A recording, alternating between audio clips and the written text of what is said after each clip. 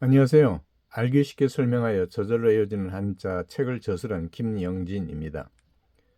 이번에 140번 기초 한자는 산천초목의 세 번째 글자, 이 풀초자, 이 글자에 대해서 설명해 드리겠습니다.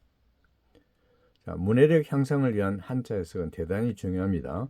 이 풀초자는 풀, 잡초라는 뜻만 있는 것은 아니잖아요. 기초를 잡다, 또 글씨를 흘려 쓰다 라는 뜻도 포함되어 있습니다.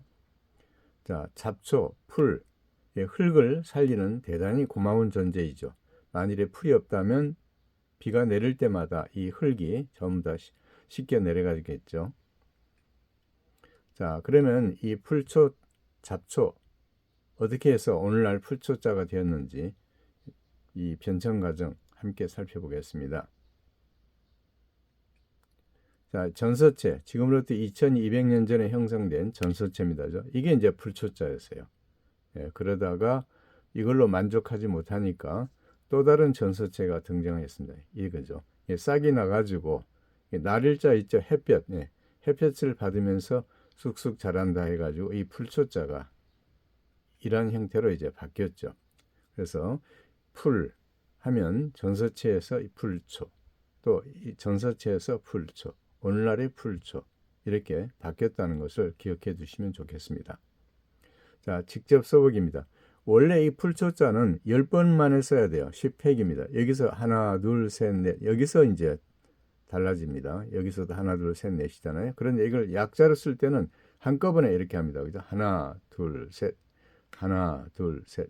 여기서 획수가 하나 줄어들었죠. 그러니까 정자로 쓸 때는 이렇게 쓰고, 그 다음에 약자로 쓸 때는 이렇게 씁니다.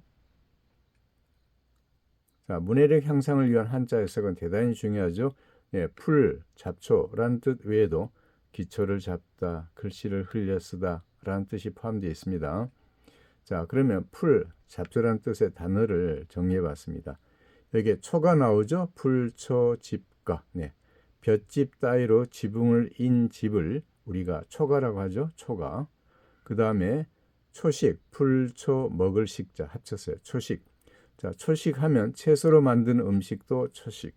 그리고 채소 음식만 먹는 것도 초식. 이게 풀만 먹는 거죠. 그 다음에 초식 동물 나오죠. 움직일 동, 만물물 합쳐서 초식 동물. 초식 동물 하면 주로 풀만 먹고 사는 동물이 있죠.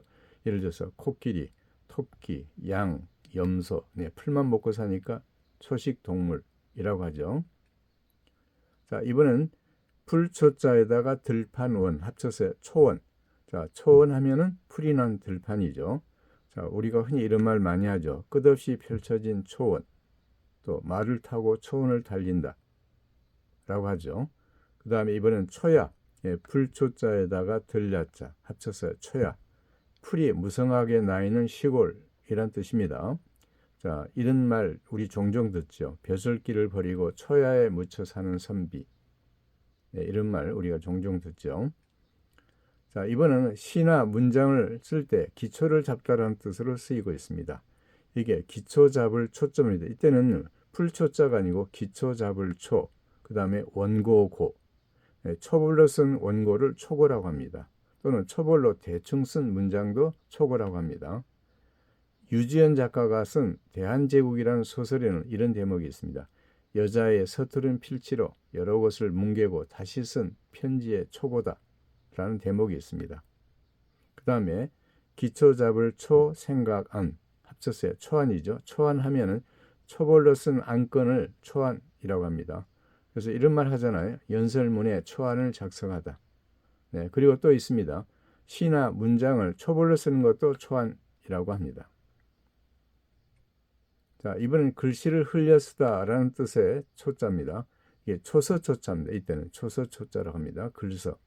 점과 핵을 줄여서 흘려 쓴 글씨.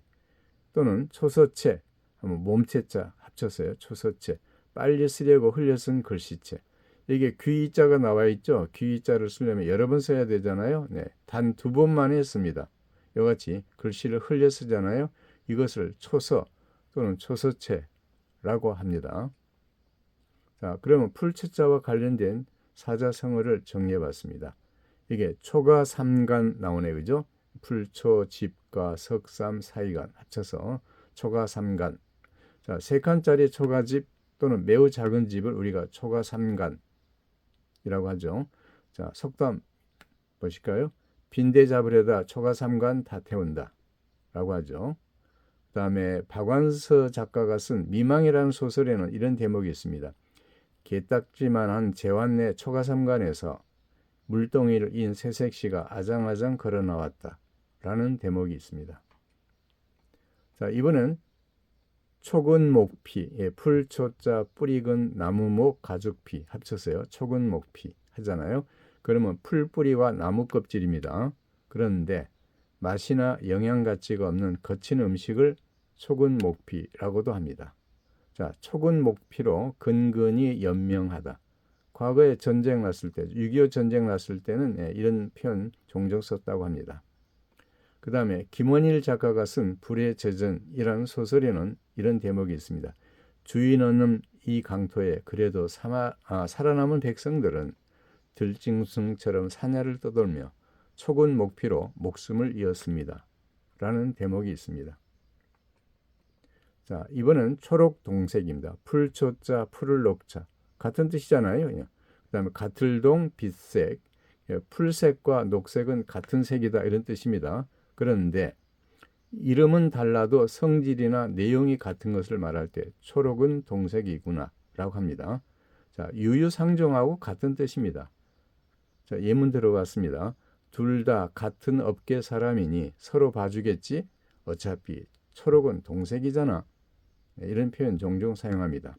그리고 그 나물에 그 밥이라더니 그들이 하는 행동은 똑같네. 역시 초록은 동색이야. 이런 표현 종종 사용합니다.